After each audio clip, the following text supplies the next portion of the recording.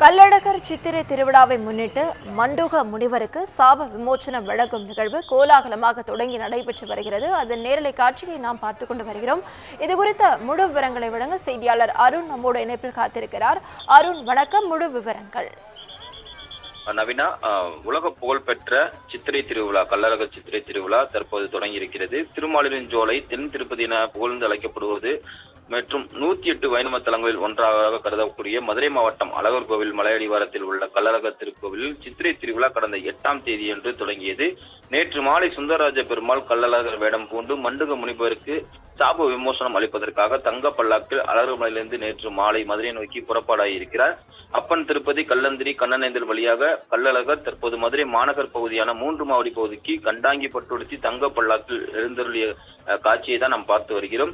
கள்ளழகருக்கு பிரம்மாண்ட எதிர்த்தேவையானது தற்போது நடைபெற்று வருகிறது. இந்த எதிர்ச்சேவையின் போது பக்தர்கள் கருப்பசாமி வேடமிட்டு ஆடல் பாடலுடன் வரவேற்று வருகிறார்கள். மேலும் பெண்கள், ஏராளமான பெண்கள் கையில் சர்க்கரை தீபம் ஏந்தியபடி கள்ளழகரை வரவேற்பார்கள்.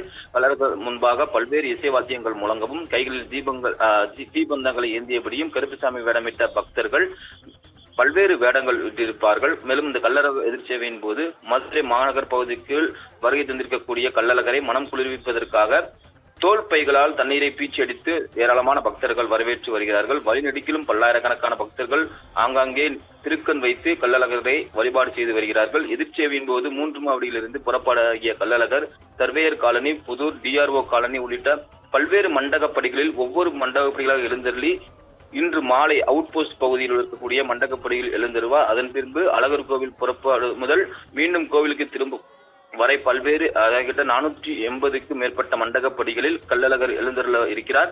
மதுரை மாநகர் பகுதியில் 5000 காவல்துறையினர் இந்த பாதுகாப்பு பணியில் ஈடுபட்டு வருகிறார்கள்.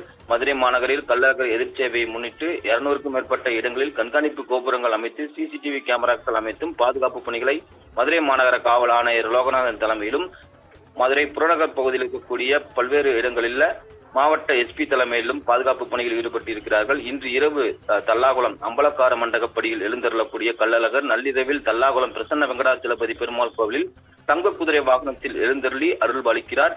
அதன் பின்பு ஆண்டாள் சூடி கொடுத்த மாலையை ஏற்று 1000 பொன் சப்பரத்தில் காட்சியளிப்பார்.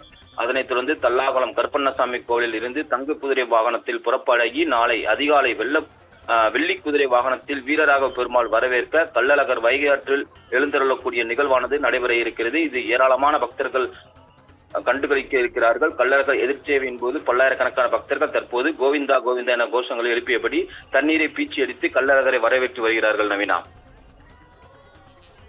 விவரங்களுக்கு நன்றி கரோன்.